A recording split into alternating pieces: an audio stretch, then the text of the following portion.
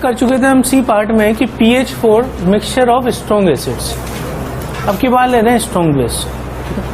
तो इस केस में वही फार्मूला लगेगा N1V1 प्लस N2V2 प्लस जितने भी हैं बेस उन सब का सम, इक्विवेलेंट्स का सम इनटू V टोटल। ये चीज मैं क्या कर रहा हूं कि सबके इक्विवेलेंट जोड़ता जा रहा हूं स्ट्रेट फॉरवर्ड। तो जितने भी बेस वहां पर हैं उन सबके इक्विवेलेंट हमने जोड़ दिए। जोड़ने के बाद जो NR आएगा it should be equal to OH minus, because solution is basic. और अगर OH माइनस आ गया तो इसे रखकर हम क्या निकाल सकते हैं, POH is equal to minus log 10 OH minus. ठीक। अब जैसे इसका अगर हम प्रॉब्लम करें, जैसे एग्जांपल में ले लूं कि 200 ml of 0.001 molar NaOH plus 800 ml of 0.005 molar BaOH whole twice. तो इस क्वेश्चन को सोल्व करने का एक तरीका तो हमारे पास मोल वाला है कि हम दोनों के मोल निकाल लें और उससे मिलने वाले OH माइनस की संख्या निकाल लें। ठीक है ना, लास्ट क्लास में अपन कर चुके हैं। ठीक। अगर हम इसको इस मेथड से करना चाहें तो मुझे नॉर्मलिटी सबकी चाहिए। ठीक है, तो हम यहां लिख लेते हैं कि NaOH का वैलेंसी फैक्टर कितना होगा। NaOH का वैलेंसी फैक्टर होगा is equal to 1 because it can give 1 OH minus. तो नॉर्मलिटी क्या होगी NaOH की, is equal to 1 into molarity 0.00। Normality निकाल दी हमने, मोलारिटी को सीधा वैलेंसी फैक्टर से मल्टीप्लाई कर दिया।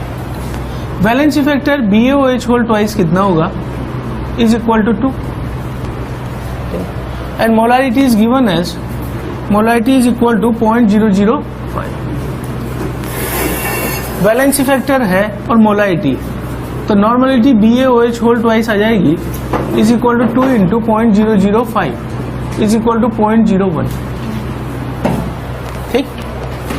अब नॉर्मलिटी आने के बाद अगला काम हमारा क्या होगा, इसमें रखना N1V1 से। तो N1 कितना हो गया, is equal to 0.001 into volume 200 plus, ये मैंने क्या किया N1V1 प्लस N2 मुझे पता लग गया 0.01 इंटू वॉल्यूम 800 बराबर N रिजल्टेंट। अब यहां पे N रिजल्टेंट के साथ क्या लिखना है, V टोटल। V टोटल दोनों को जोड़ें तो ये ml में ही रखना है। क्यों, क्योंकि मैं इधर ml में ले चुका हूं। ठीक। तो सोल्व करेंगे तो NR आ जाएगा, कितना आएगा बताइए, 8 प्लस 0.2, 8.2 आएगा मेरे ख्याल से अपॉन 1000। सही है। ये जो वैल्यू आई है, चूंकि सॉल्यूशन बेसिक है इसलिए हम इस वैल्यू को किसके बराबर लिखने वाले हैं, OH माइनस के बराबर। ठीक। OH माइनस अगर इतना आ गया is equal to 8.2 into 10 to the power -3, तो POH कितना हो जाएगा, is equal to 3 minus log 8.2। और pH पूछ लिया जाए तो 14 minus POH is equal to 11 plus log 8.2। समझ गए बात।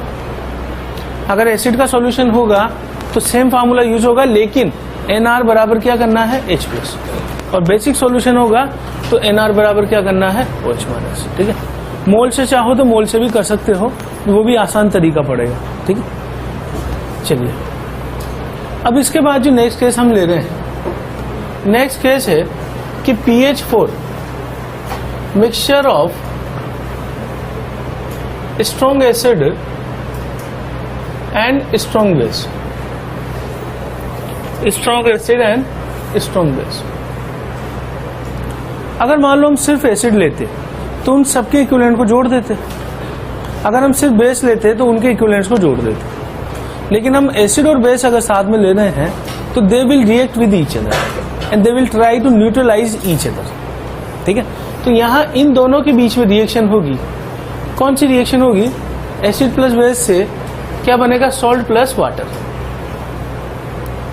यानी ये एक दूसरे को खत्म करने का काम करेंगे सॉल्यूशन में से। ठीक है। और इस रिएक्शन को हम बोलते हैं न्यूट्रलाइजेशन रिएक्शन, न्यूट्रलाइजेशन रिएक्शन। ठीक।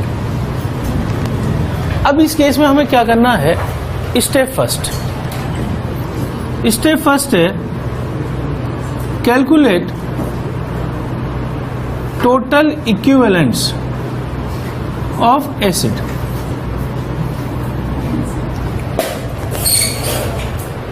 हमें क्या करना है इस केस में कि टोटल एसिड के इक्विवेलेंट जोड़ देने हैं।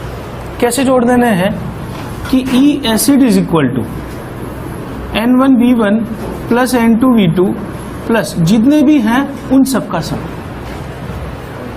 मान लीजिए हमें 2 या 2 से ज्यादा एसिड दिए हुए हैं, तो हमें क्या करना है, सबके इक्विवेलेंट जोड़ देना है। और इक्विवेलेंट कैसे जुड़ते हैं, E1 plus E2। E1 plus E2 की जगह मैं क्या लिख सकता हूं, N1V1 प्लस N2V2। अगर हमने टोटल इक्विवेलेंट्स एसिड के निकाल लिए, अब हमारा स्टेप 2 है कि calculate total equivalents of base.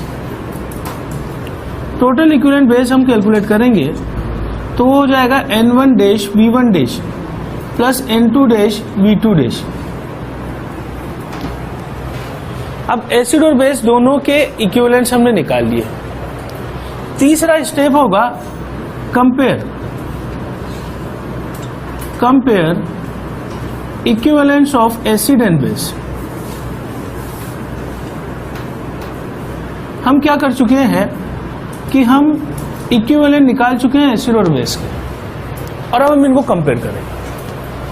Compare करने की कंडीशन ये है कि अगर दोनों के इक्विवेलेंट्स बराबर हुए तो एक दूसरे को पूरी तरीके से समाप्त कर देंगे और उस केस में सॉल्यूशन न्यूट्रल हो जाएगा। ठीक, अगर मान लो एसिड ज्यादा क्वांटिटी में पड़ा हुआ है, ज्यादा इक्विवेलेंट से, तो लिमिटिंग रिएजेंट बेस हो जाएगा और बेस खत्म हो जाएगा और सिर्फ एसिड बच जाएगा लास्ट में, तो सॉल्यूशन हो जाएगा एसिडिक pH लेस देन 7। और अगर बेस ज्यादा क्वांटिटी में है तो फिर बाद में रिजल्टिंग सॉल्यूशन क्या हो जाएगा, बेसिक pH मोर देन 7। ठीक है, तो यहां से ये कैलकुलेशन करने के बाद हम दोनों को कंपेयर करवा रहे हैं, तो वहां कौन से केस बनते हैं, 3 केस बनते हैं। केस फर्स्ट हमारे पास है कि equivalent acid is equal to equivalent base. इस कंडीशन में ये दोनों एक दूसरे को पूरी तरीके से खत्म कर देंगे, न्यूट्रलाइजेशन पूरा हो जाएगा। ठीक है, जितने H प्लस है उतने ही OH माइनस है, तो दोनों रिएक्ट करके वाटर बना देंगे पूरी तरीके से, ना H प्लस बचेगा ना OH माइनस बचेगा। तो सॉल्यूशन इस केस में क्या कहलाएगा, न्यूट्रल, और pH इसकी इक्वल टू 7। ठीक, अब केस सेकंड हम ले रहे हैं कि केस सेकंड में equivalent acid is greater than equivalent base. इसका मतलब एसिड मैंने किस में लिया हुआ है, एक्सिस में, और बेस यहां पे क्या बन जाएगा, लिमिटिंग रिएजेंट, जो कि खत्म हो जाएगा। तो आप बता सकते हो ये चीज खत्म हो गई और ये बच गई, तो सॉल्यूशन क्या रहेगा, रिजल्टेंट एसिडिक। pH क्या होगी, लेस देन 7। अब इस केस में हम सोल्व कैसे करेंगे कि मेरे पास दोनों के इक्विवेलेंट, मैं इनका डिफरेंस निकालूं। डिफरेंस निकालूं मैं तो E base minus E acid कर रहा हूं, E base minus E acid, sorry E acid, ज्यादा क्वांटिटी में एसिड है तो इसको अपन पॉजिटिव करने के लिए एसिड माइनस बेस कर दूं। ठीक है, इक्विवेलेंट्स अपॉन वॉल्यूम टोटल कर दूं। E अपॉन V क्या आता है, नॉर्मलिटी, तो ये आ जाएगी रिजल्टेंट नॉर्मलिटी। रिजल्टेंट नॉर्मलिटी को मैं बराबर लिखने वाला हूं H प्लस के। क्यों, क्योंकि सॉल्यूशन एसिडिक है, तो यहां से सॉल्व करके H प्लस निकाल लिया, pH आ जाएगी। केस थर्ड ले रहा हूं मैं कि E acid is less then E base. इसका मतलब ये एक्सिस में है और ये लिमिटिंग रिएजेंट हो जाएगा, तो अंत में कौन बचेगा, बेस बचेगा, यानी सॉल्यूशन क्या हो जाएगा, बेसिक, और pH क्या हो जाएगी, मोर देन 7। ठीक, अब मुझे pH निकालनी है तो मैं ज्यादा में से कम को माइनस कर दूं, यानी कि E base minus E acid, difference लिया दोनों का, upon equivalence upon volume total, ये आ जाएगी नॉर्मलिटी रिजल्टेंट। लेकिन मैं नॉर्मलिटी रिजल्टेंट को किसके बराबर लिखूं, is equal to OH minus. मैंने यहाँ H प्लस लिखा है, यहाँ OH माइनस लिखा है। क्यों? क्योंकि ये एसिडिक था और ये बेसिक। अगर आपको OH माइनस पता लग गया तो हम इससे क्या निकाल लेंगे, POH, और POH पता लग गई तो हम उससे क्या निकाल लेंगे, pH। ठीक है, तो क्वेश्चन करते हैं इसको। ये लिखा है कि दो तो एसिड हमारे पास है, स्ट्रॉन्ग एसिड और दो स्ट्रॉन्ग बेस है। ये सभी स्ट्रॉन्ग इसलिए है क्योंकि क्वेश्चन में K की वैल्यू नहीं दे रहा है, और वैसे भी हमें ये पता है कि स्ट्रॉन्ग एसिड और स्ट्रॉन्ग बेस कैटेगरी में लिखो। ठीक है ना, तो ये पॉइंट वैसे क्वेश्चन देख के भी समझ में आ जाएगा और आपने याद किया हुआ है तब भी समझ में आ जाएगा। ठीक, अब हम सबसे पहला काम क्या करेंगे कि मोलारिटी दी हुई है, इसको नॉर्मलिटी में चेंज करेंगे। तो molarity HCl is equal to 0.1 और वैलेंसी फैक्टर 1, तो नॉर्मलिटी N1 बराबर क्या हो जाएगी, 1 इंटू, सही। इसके बाद मोलारिटी H2SO4 कितनी है, इज इक्वल टू 0.2 और वैलेंसी फैक्टर इसका कितना होता है, 2, तो normality N2 is equal to 2 into 0.2, सही। अब तीसरा molarity NaOH is equal to 0.3, valency factor is equal to 1, तो N3 या N1 डैश कर दूं मैं इसे, N1 dash is equal to 1 into, फिर molarity BaOH whole twice is equal to 0.4, valency factor is 2, तो N2 dash is equal to 2 into 0.4। अब मुझे क्या करना है, इन दोनों को एक साथ जोड़ना है, इन दोनों को एक साथ। मैं एसिड एक साथ जोड़ूंगा और बेस एक साथ जोड़ूंगा। ये तो हुआ 0.1, ये हुआ 0.4, ये 0.3, ये 0.8। तो बताइए टोटल एसिड के इक्विवेलेंट कितने हुए, बराबर आपको देखने से पता लग जाएगा। ठीक है, इसको जो है हमने यहाँ पे 0.1, अगर मुझे इक्विवेलेंस निकालने तो N1V1 प्लस मैं क्या करूं, N2V2। अब यहाँ पे आप एक काम कर सकते हो, वॉल्यूम को अगर आप लीटर में लिख दोगे तो ये इक्विवेलेंट्स आ जाएंगे, और अगर आप इसको ml में लिखोगे तो ये मिली इक्विवेलेंट्स आ जाएंगे। तो मैं क्या जोड़ रहा हूं, मिली इक्विवेलेंट ऑफ एसिड बराबर क्या हो जाएगा, नॉर्मलिटी है 0.1 into volume 100 plus 0.4 into volume कितना हो जाएगा, इज इक्वल टू 200। बताइए कितना है ये, 10 प्लस 90। मैंने क्या चीज निकाली अभी, टोटल इक्विवेलेंट्स ऑफ एसिड। ठीक है, सबको जोड़ देना है स्ट्रेट फॉरवर्ड N1V1 से। अब मैं निकाल रहा हूं milliequivalent of base is equal to, इसकी नॉर्मलिटी पता है तो 0.3 इंटू यहां से वॉल्यूम 300 प्लस 0.8 इंटू वॉल्यूम 400। मैं कर रहा हूं N1V1 प्लस N2V2 और ये हो गया N1 dash V1 dash plus N2 dash V2 dash. कितना आ जाएगा ये, यहां से कितना आएगा, 90 प्लस 400,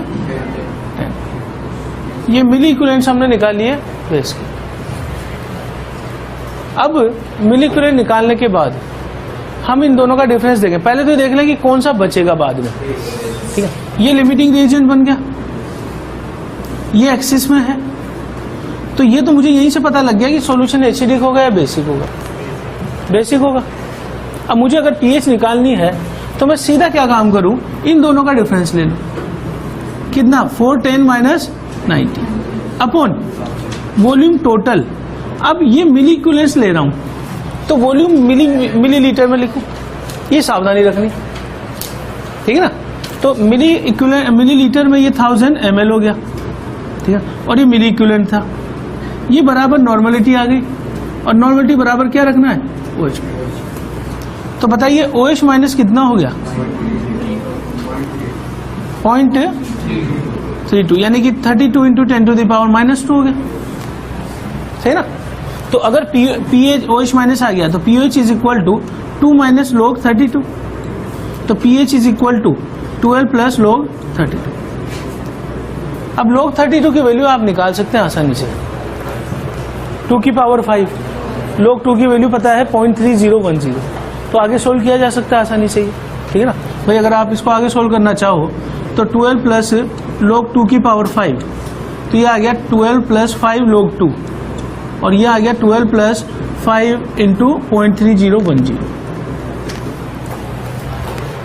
तो समरी इसका ये है कि यहां से जब आपको स्ट्रॉन्ग एसिड दिया जाएगा तो आप इसको यहीं से मोलारिटी को नॉर्मलिटी में चेंज करें सबको पहले, फिर नॉर्मलिटी इंटू वॉल्यूम ये करते हुए N1V1 plus N2V2 total acid के इक्विवेलेंट, फिर N1 dash V1 dash plus N2 dash V2 dash total base के इक्विवेलेंट। ठीक है ना। अगर मैं ml में ले रहा हूं तो मिली इक्विवेलेंट निकाल रहा हूं। ठीक है? ये दोनों पता लग गए मुझे, तो जो ज्यादा होगा उसमें से कम को माइनस करके डिवाइडेड बाय वॉल्यूम टोटल कर दूं E/V, तो मेरे पास नॉर्मलिटी आ गई रिजल्टेंट, और नॉर्मलिटी रिजल्टेंट आ गई तो उसे OH माइनस के बराबर करके हम रिएक्शन करें। समझ बात। अब इस क्वेश्चन को जो है ये तो मान लीजिए ये सेकंड अप्रोच है। फर्स्ट अप्रोच हम कैसे कर सकते हैं इसको, कि अगर मान लो मैं यहीं से देख लूं, दोनों को मल्टीप्लाई करने के बाद HCl कितना आएगा बताओ। दोनों को मल्टीप्लाई करके सीधा लिख रहा हूं 10, क्या आया मिलीमोल।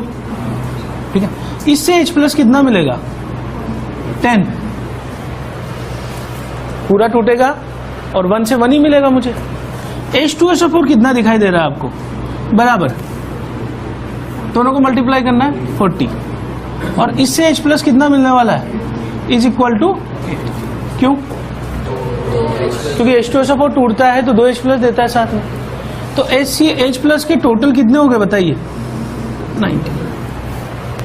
ठीक, अब हम NaOH देख लें, तो NaOH कितना हो गया 0.3 इंटू 300 90, इससे OH माइनस कितना मिलने वाला है 90, और उसके बाद BaOH होल ट्वाइस बराबर 0.4 इंटू 400 160, और ये टूट के 2 OH माइनस देगा तो ये 320, तो OH माइनस कितना हो गया इज इक्वल टू, सही। अब बताइए दोनों जब रिएक्शन करेंगे तो लिमिटिंग रिएजेंट कौन सा होने वाला है, जो कम क्वांटिटी में पड़ा हुआ है, ये लिमिटिंग रिएजेंट हो गया। जितने H प्लस खत्म होंगे उतने OH माइनस खत्म हो जाएंगे, तो OH माइनस रिमेनिंग कितने होंगे, रिमेनिंग 320 मिलीमोल्स। मैं मिलीमोल में कर रहा हूं सारा काम, तो कॉन्सेंट्रेशन OH माइनस कितनी हो जाएगी 320 अपॉन वॉल्यूम टोटल, और वॉल्यूम टोटल अपने पास कितना है 320 अपॉन 1000। कर लेंगे सॉल्व, यानी हम कहां पहुंच गए, इसी चीज पे पहुंच गए। समझ बात हो। तो ये मोल वाला अप्रोच है और ये इक्विवेलेंट वाला अप्रोच है। जो अप्रोच आपको बेटर लगे आप उसे सोल्व करो। मेरे ख्याल से ये भी आसान अप्रोच है ना। इसमें अपन को जो है तोड़ना है बस है, जो तोड़ने वाला अमाउंट है कि कितने H प्लस देगा वही तो वैलेंसी फैक्टर है,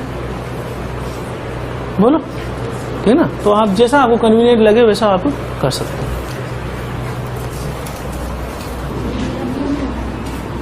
mono acidic pH4 mono basic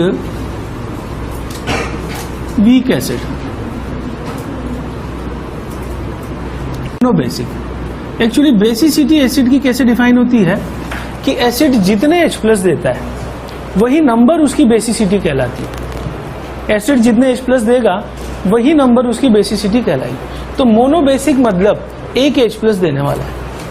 इसके एग्जाम्पल में लिख दूं, जैसे HCN CH3COOH, या मैं ले लूं HOCN। ठीक, ये सारे के सारे किसमें आते हैं वीक एसिड में, या HOCl ले लूं, ये सब वीक एसिड में है।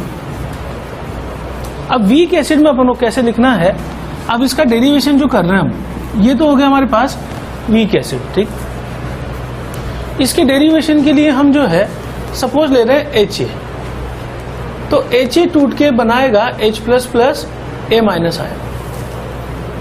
ठीक, मैं साइन या इक्विलिब्रियम का लगा रहा हूं क्योंकि ये रिएक्शन जो है दोनों डायरेक्शन में प्रोसीड कर सकती है। जब भी स्ट्रॉन्ग इलेक्ट्रोलाइट होगा एरो सिंगल लगेगा, और जब भी वीक इलेक्ट्रोलाइट होगा तो एरो हम दोनों ही लगाएंगे दोनों डायरेक्शन में। ठीक है, अब H प्लस और A माइनस है। सपोज करो T इज इक्वल टू 0 पर हमने C कॉन्सेंट्रेशन लिए, ये 0 0। C का मतलब यहां पे मैं ले रहा हूं C is the concentration of HA acid. ठीक, अब मैं डिफाइन कर रहा हूं इसके लिए degree of ionisation. Degree of ionisation, जिसको मैं अल्फा से डिनोट करूँ। अब डिग्री ऑफ आयोनाइजेशन हम डिफाइन कैसे करते हैं कि एक में से जितना अमाउंट टूटता है, खत्म होता है, आयोनाइज होता है, उसी को हम डिग्री ऑफ आयोनाइजेशन बोलते हैं। तो एक में से कितना टूटेगा? अल्फा। अगर एक में से अल्फा टूटेगा तो सी में से कितना टूटने वाला है? C alpha. इसका मतलब जब ये इक्विलिब्रियम पे आएगा तो एच ए कितना टूट चुका होगा? सी में से सी अल्फा। और इधर एच प्लस कितना मिल जाएगा? C alpha. और ए माइनस कितना मिल जाएगा? ये आप अलग से लिखेंगे। तो ए माइनस मुझे कितना मिल जाएगा? C alpha. यहां पे आप देख सकते हैं कि ये कॉन्सेंट्रेशन किसकी लिख रहा हूं मैं? एच ए हो गया सी से C minus C alpha, H plus हो गया अपने पास सी अल्फा, और ए माइनस हो गया हमारे पास सी अल्फा। ठीक। अब ये लिखने के बाद हम इसके लिए के डिफाइन कर रहे हैं, के ए इसलिए लगा रहा हूं मैं क्योंकि ये क्या कहलाएगा? Ionization constant for weak acid. Weak acid, अगर ionization constant for weak acid मैंने लिख दिया ऐसे, तो मैं इसका एक्सप्रेशन क्या लिखूंगा? के क्या होता है? Product upon reactant. तो प्रोडक्ट हमारे पास क्या है? H प्लस इंटू ए माइनस अपॉन नीचे क्या हो जाएगा? H। अब ये एक्सप्रेशन हम इसमें पुट करेंगे कि के क्या आता है।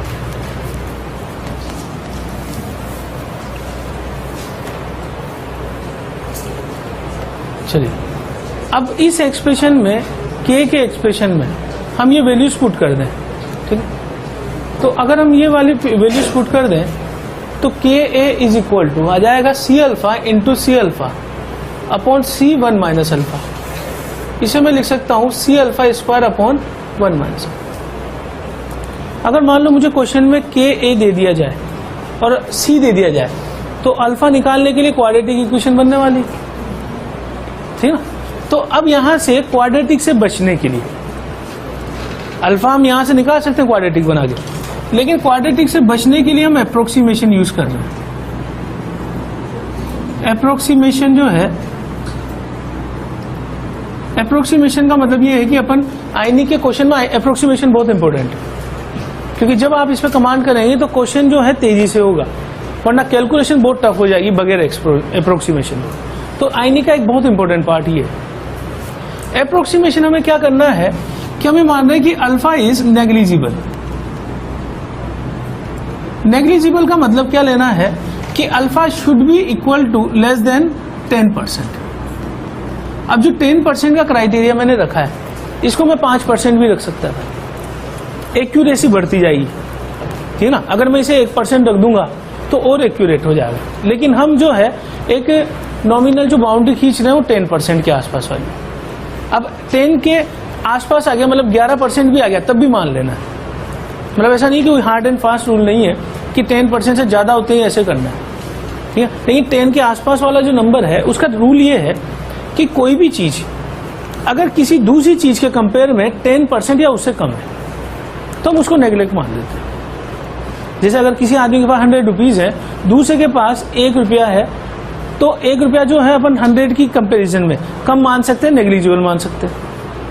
लेकिन हो सकता है कि अपन उसको बढ़ा के 10% कर रहे हैं, यानी कि 10 रुपीज या उससे कम वाले को हम नेग्लेक्ट कर रहे हैं। अब अगर उसके पास 100 है और अपने पास 90 रुपीज है तो हम उसको नेग्लेक्ट नहीं कर सकते। तो नेग्लेक्ट करने का जो प्रिंसिपल है वो ये है कि बगल वाली चीज के कंपेयर में हम इसको छोटा मान के हटा रहे हैं, ठीक है ना? और इसका ये कोई कहीं पे कोई प्रूफ नहीं है कि यही मानना है। अपन ज्यादा एक्यूरेट करने के लिए 5% भी मान सकते हैं, पर यहां पे अपन 10% मान रहे हैं। अगर अल्फा नेग्लिजिबल है, 10% से कम है, तो 1 माइनस अल्फा को मैं लगभग 1 ही लिख सकता हूं। अल्फा नेग्लिजिबल है तो इसे हटा दिया मैंने। अगर ये 1 ही हो गया तो K A is equal to क्या हो जाएगा? C alpha square. यहां से अल्फा क्या आ जाएगा? के ए अपॉन सी का अंडर रूट। अब यहां से अपन एक कंक्लूजन पे पहुंचेंगे। अगर हम डाइल्यूशन बढ़ाते जाएं, डाइल्यूशन बढ़ाने का मतलब कि मैं पानी मिलाता जाऊं मोल को कांस्टेंट रखते हुए, तो डाइल्यूशन बढ़ाना यानी वॉल्यूम बढ़ाना, वॉल्यूम बढ़ाने से कॉन्सेंट्रेशन में कमी आएगी, क्योंकि कॉन्सेंट्रेशन क्या होता है N/V। तो वॉल्यूम बढ़ाने से कॉन्सेंट्रेशन में कमी आई। यहां देखेंगे अगर कॉन्सेंट्रेशन कम करता गया तो अल्फा की वैल्यू बढ़ती जाएगी। यानी सिंपल बात है कि अगर हम डाइल्यूट करते जाएं सॉल्यूशन को, वीक एसिड के सॉल्यूशन को, तो उसका डिग्री ऑफ आयनाइजेशन बढ़ता जाता है। यानी इसको ऐसे समझे कि मान लो 1 लीटर में 5% टूट रहा था, तो हो सकता है कि 100 लीटर में वो 90% टूट रहा हो। समझ बात? तो आयनाइजेशन बढ़ता जाएगा। अब अगर मैं पानी मिलाता जा रहा हूं तो 5% से बढ़ता जा रहा है 50, 60, 70, 80, 90 और बढ़ेगा। एक टाइम ऐसा आएगा ना जब वो 99 हो जाएगा, थोड़ी देर बाद 100 भी हो सकता है। जैसे ही वो 100 हो जाएगा उस वक्त वो वीक एसिड किसकी तरह टूट गया? स्ट्रॉन्ग एसिड की तरह। इसी को बोलते हैं Ostwald dilution law. Ostwald dilution law ये है कि weak electrolyte can also behave as a strong electrolyte at infinite dilution.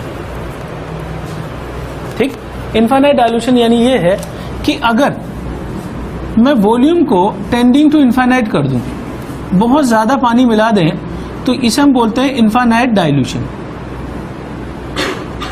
तो कॉन्सेंट्रेशन टेंडिंग टू 0 हो जाएगी। अब बताओ अल्फा क्या हो जाएगा? अगर कॉन्सेंट्रेशन टेंडिंग टू 0 हुई तो अल्फा क्या हो जाएगा? गलत, मैथमेटिकली नहीं सोचना। कॉन्सेंट्रेशन 0 हुई नहीं है, ठीक है ना। अच्छा, अल्फा बढ़ते बढ़ते जो है, अल्फा की लिमिट बढ़ते बढ़ते 1 ही है ना। 1 का मतलब कितना टूटेगा? 100। तो अल्फा इनफाइनाइट नहीं होगा। अल्फा की मैक्सिमम लिमिट 100% ही है, तो 100% टूट जाएगा। यानी कि वीक एसिड किसकी तरह बिहेव करने लग जाएगा? स्ट्रॉन्ग एसिड की तरह। वीक है, लेकिन कब? जब वॉल्यूम हमने क्या कर दिया? इनफाइनाइट। इसी को हम बोलेंगे ओस्टवाल्ड डाइल्यूशन लॉ, जो आगे लिखता हूं मैं। इसको हम बोलते हैं ओस्टवाल्ड डाइल्यूशन लॉ। और ओस्टवाल्ड डाइल्यूशन लॉ के अकॉर्डिंग क्या है कि अगर मैं वॉल्यूम को टेंडिंग टू इनफाइनाइट कर दूं तो अल्फा 100% हो जाएगा। यानी इसने लैंग्वेज फॉर्म में ऐसे लिखा कि at infinite dilution weak electrolyte can behave as a strong electrolyte.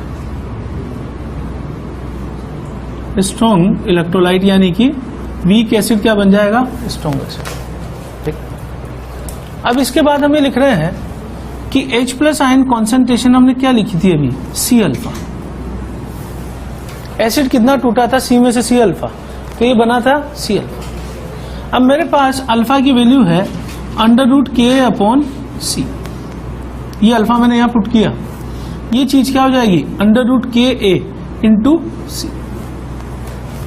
अब यहां से एक चीज हम देखते हैं, अगर मैं वॉल्यूम बढ़ाता जाऊं तो कॉन्सेंट्रेशन में कमी आती जाएगी, और कॉन्सेंट्रेशन कम होगी तो उसके साथ H+ आयन की कॉन्सेंट्रेशन भी कम हो जाएगी, और ये कम होगी तो pH की वैल्यू क्या होती जाएगी? बढ़ती जाएगी। यानी ये कंक्लूजन हो गया कि डाइल्यूशन के साथ क्या होता है? pH की वैल्यू बढ़ती जाती है। समझिए बात? अब इसमें H+ आयन की कॉन्सेंट्रेशन बढ़ रही है, ठीक है, लेकिन एक इंपॉर्टेंट कंक्लूजन है कि moles of H+ increases because alpha increases. अब ध्यान देना इस बात पे, दोनों कॉन्ट्राडिक्टिंग बात हो गई है। मोल H+ के हम बढ़ाते जा रहे हैं लेकिन कॉन्सेंट्रेशन कम करते जा रहे हैं। कारण क्या है कि जैसे ही हमने वॉल्यूम बढ़ाया तो H2HA से हमने रिएक्शन को बोला है कि रिएक्शन किधर शिफ्ट होने लग जाएगी? अल्फा बढ़ने लग जाएगा। इसका मतलब रिएक्शन किधर जा रही है? इस तरह। अल्फा का मतलब क्या? डिग्री ऑफ आयनाइजेशन अगर बढ़ेगा तो रिएक्शन किधर चलनी चाहिए? Forward direction. अगर फॉरवर्ड जाने लग गई तो ये ज्यादा टूटेगा, और ज्यादा टूटेगा तो मोल H+ के बढ़ते जाएंगे कंटिन्यूअसली। लेकिन कॉन्सेंट्रेशन H प्लस के बारे में बात करूं तो ये होगा n मोल H प्लस अपॉन वॉल्यूम। अब मैं ये बढ़ा रहा हूं और साथ में वॉल्यूम भी तो बढ़ा रहा हूं ना, तो इसमें इंक्रीज उतना नहीं होगा जितना इसमें होगा। दोनों चीजें बढ़ रही है लेकिन ज्यादा तेजी से वॉल्यूम बढ़ेगा तो ओवरऑल ये क्या करेगा, डिक्रीज करेगा। और इसको हम यहां से भी देख सकते हैं फार्मूले से, सिंपल, ठीक है ना। अगर कॉन्सेंट्रेशन जो है वो कम करते जा रहे हैं तो H प्लस भी कम होता जाएगा, लेकिन मोल H प्लस क्या होता जाएगा, बढ़ता जाएगा। समझ गए बात को। अगर हम यहां से जो है कॉन्सेंट्रेशन के साथ जो है इसका कर्व देखें तो उस केस में जो है यहां पे जो है हम ले लें इस पे कॉन्सेंट्रेशन ले लें और यहां ले लें अल्फा, तो एक कर्व जाता है इस तरीके से।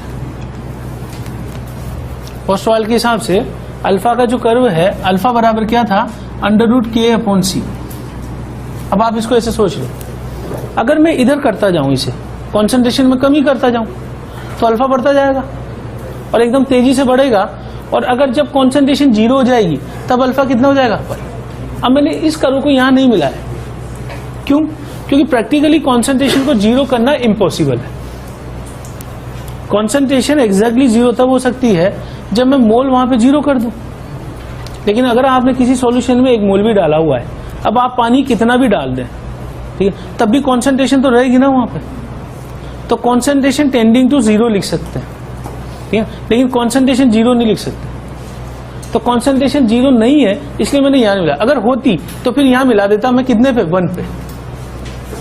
समझिए मैक्सिमम वैल्यू इसकी क्या होगी कि जब यहां मिलेगा इस कर्व पे तो maximum alpha is equal to 1, 100% से ज्यादा नहीं हो सकता, ठीक। तो ये चीज अपने निकाल ली कि यहां से ये चीज समझ गए हैं, वॉल्यूम बढ़ाओगे कॉन्सेंट्रेशन में कमी आएगी, तो ये कम होते ही H प्लस कॉन्सेंट्रेशन कम हो जाएगा, और H प्लस कम होते ही pH वैल्यू क्या हो जाएगी, बढ़ जाएगी। क्योंकि pH क्या था, -log10 ऑफ H प्लस, तो नेगेटिव वैल्यू कैरी करता है, तो वो घटाएंगे तो ये बढ़ेगा, उल्टा साइन होगा दोनों के साथ, ठीक है, इनके साथ और इसके साथ। हमने लिख दिया है इज इक्वल टू √KA/C। अगर मैं दोनों साइड log ले लूं, log H plus is equal to 1/2 log KA plus 1/2 log C। Root है तो 1/2 बाहर आ जाएगा, और ये दोनों मल्टीप्लीकेशन में तो प्लस आ जाएगा इनके साथ। माइनस कर दूं दोनों साइड तो -log10 H प्लस बराबर 1/2 -log KA -½ log C। अब आप ये बताइए, -log10 H प्लस को मैं क्या लिख सकता हूं, ये कहलाएगा pH, और -log KA को मैं क्या लिख सकता हूं, ये कहलाएगा pKa, और यहां क्या लिख सकता हूं, -log C। ये फार्मूला हो गया pH निकालने का। लेकिन अब यहां पे सावधानी ये रखनी है कि it is applicable only when alpha is less than 10%। यानी अगर हमारे पास वीक एसिड की प्रॉब्लम है और हमसे pH पूछा है ये दोनों देकर, K और C देकर, तो हम डायरेक्ट फार्मूले का यूज नहीं करेंगे।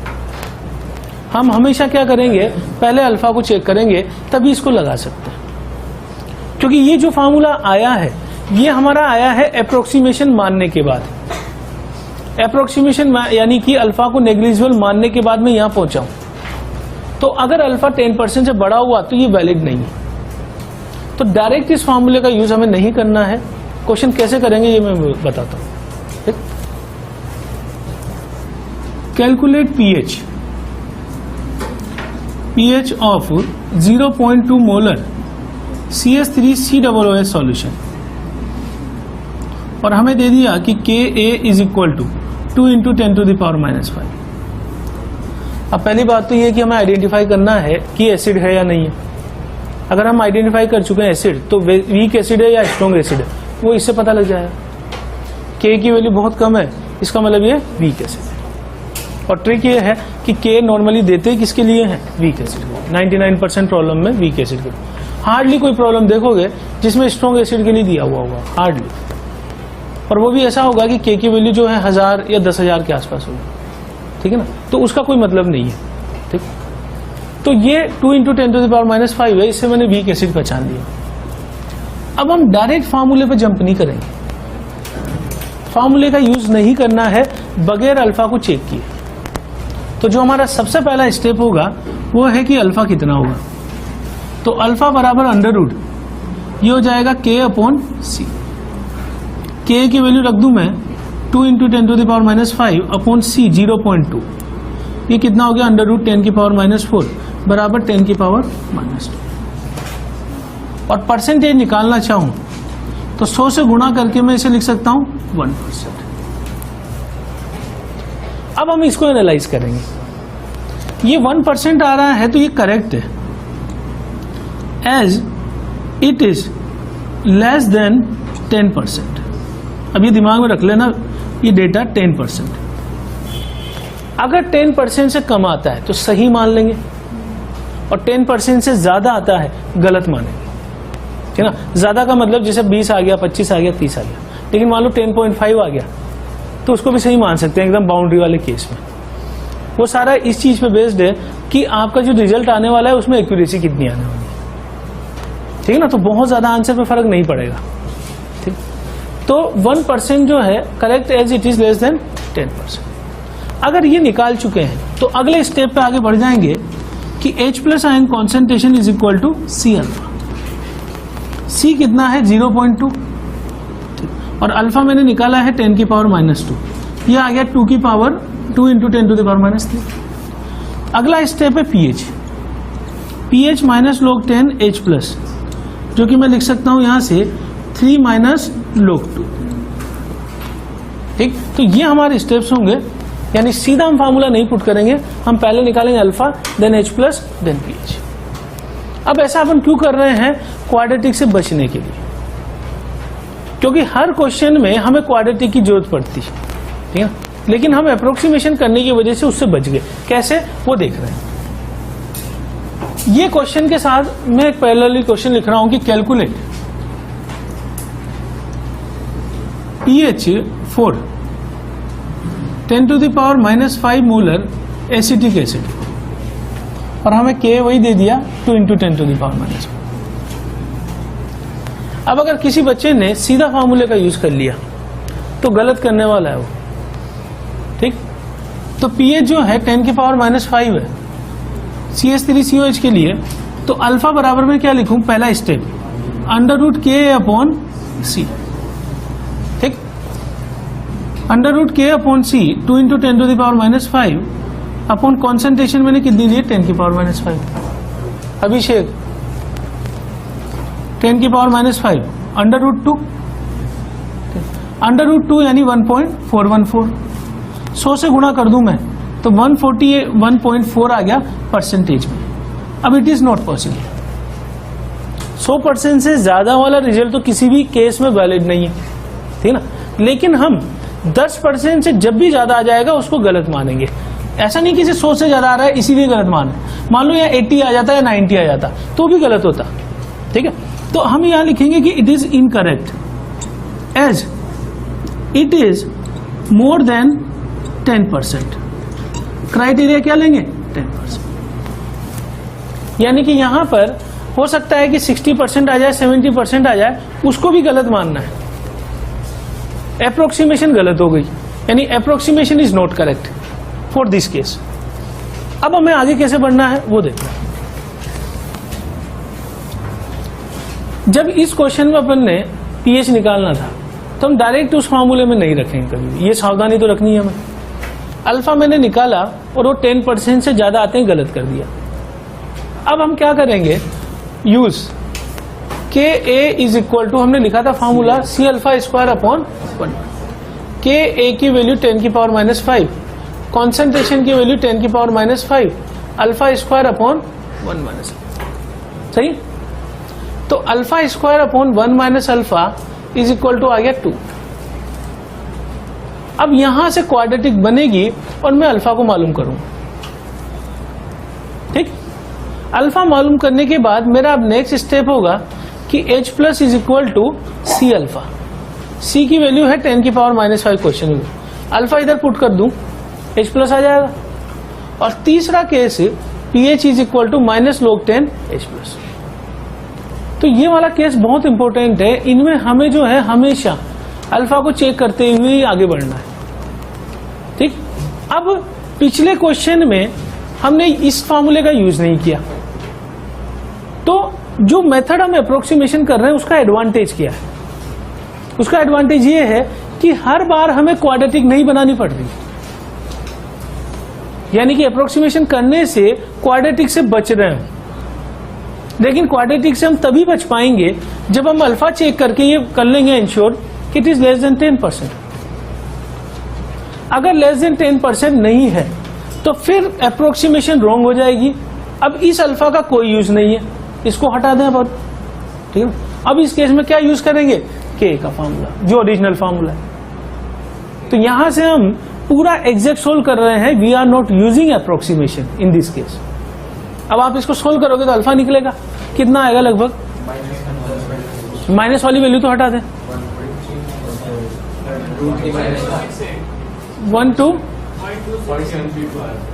0.732 आया, चेक कर लेना एक बारी। 0.732 आ गया, तो ये चीज कितनी हो गई? 0.732 इंटू 10⁻⁻5। और इसे मैं क्या लिख दूंगा? 5 माइनस log 0.732। अब log 0.7 की, मान लो जेई में 0.732 की वैल्यू नहीं दी हुई है, ठीक है, तो log 0.7 की वैल्यू लगभग रखकर अपन इसको सोल्व कर लेंगे। 5 माइनस ये लगभग हो जाएगा log 0.7, और इसको मैं लगभग लिख लूँ 5 minus log 7 plus log 10।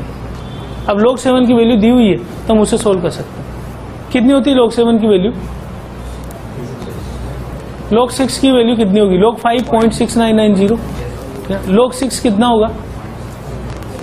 0.48 plus 0.30, 0.78, ठीक है, यानी 0.8 के बाद। और log 8 की वैल्यू कितनी होगी? 0.9 के आसपास। तो ये लगभग 0.8 के आसपास होगी, लगभग। मतलब वैसे अगर एग्जाम में दिया हुआ होगा आपको log की वैल्यू, अगर टिपिकल होगा तो, समझ बात हो?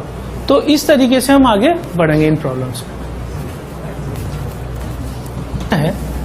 ये है कि pH of mono acidic weak base, इसके एग्जाम्पल होंगे मोनो एसिडिक वीक बेस के, जैसे NH4OH, R2NH, C5H5N, पिरिडीन बोलते हैं इसको, और C6H5NH2, इसको एनिलीन बोलते हैं। ये सारे मोनो एसिडिक इसमें आते हैं बेस में। मोनो एसिडिक क्यों बोलते हैं इसे? क्योंकि ये यहां से एक ही 1 OH minus ions are given, इसलिए मोनो एसिडिक यूज कर रहे हैं। अब इसका डेरिवेशन बिल्कुल वैसा का ही वैसा ही होगा कि BOH एक जनरल मान लूं मैं, ये टूट के देगा B plus plus OH minus. Step बिल्कुल वही है जो वीक एसिड के लिए हमने यूज किया है। T इज इक्वल टू 0 पर इसकी कॉन्सेंट्रेशन C, ये 0।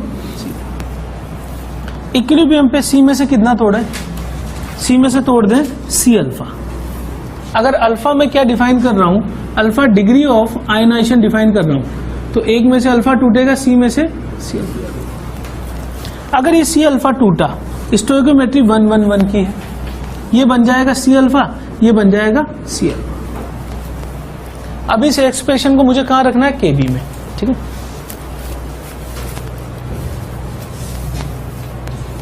अब देखिए यहां से मैं डिफाइन कर रहा हूं KB। KB क्या होगा? Ionization, ionization constant of weak base. तो आप समझ लीजिए कि अगर मैं Ka लगा रहा हूं तो एसिड हो गया, और KB लगा रहा हूं तो बेस लगा। इसका एक्सप्रेशन क्या होगा? B plus into OH minus product upon reactant. अगर आप ये वैल्यूज यहां उठा के रख दो, सेम एक्सप्रेशन आने वाला है।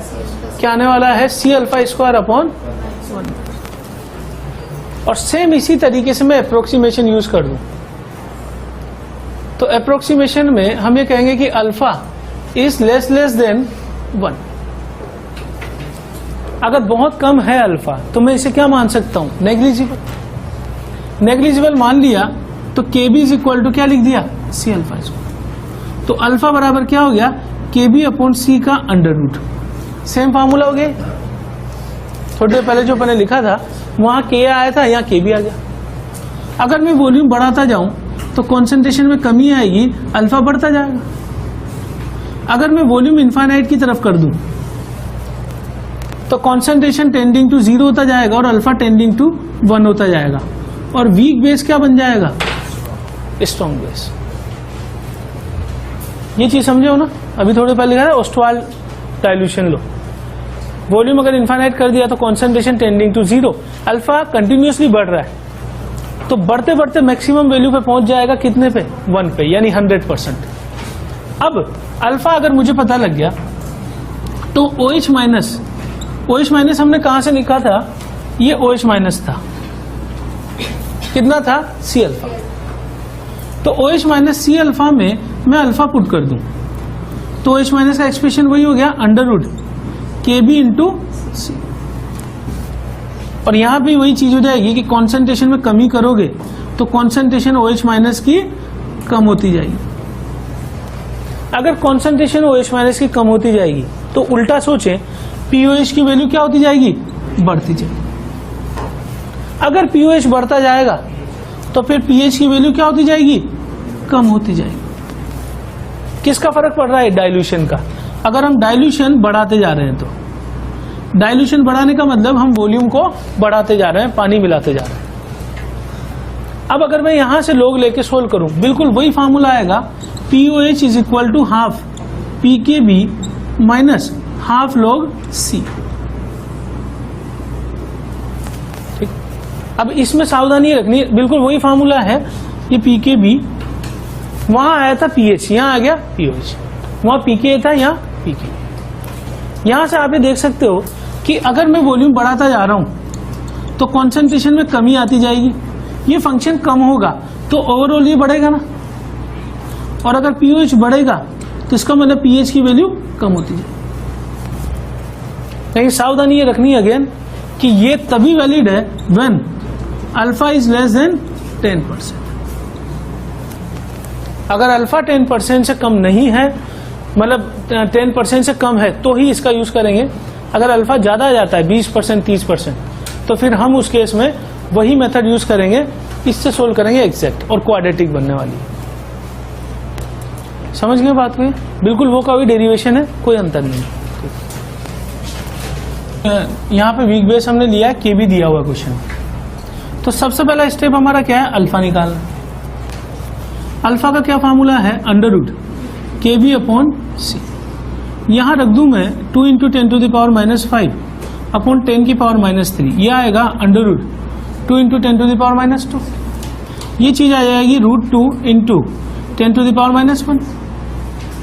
और इसको जो है, मतलब अगर आपको यहीं से चेक करना है तो ये हो जाएगा 1.414 इंटू 10 की पावर माइनस 1, यानी ये हो जाएगा 0.14, ठीक है ना। And it is greater than 0.1। अगर आप 10% नहीं देखना चाहते हो तो अल्फा की वैल्यू आप 0.1 याद करो, ठीक है ना।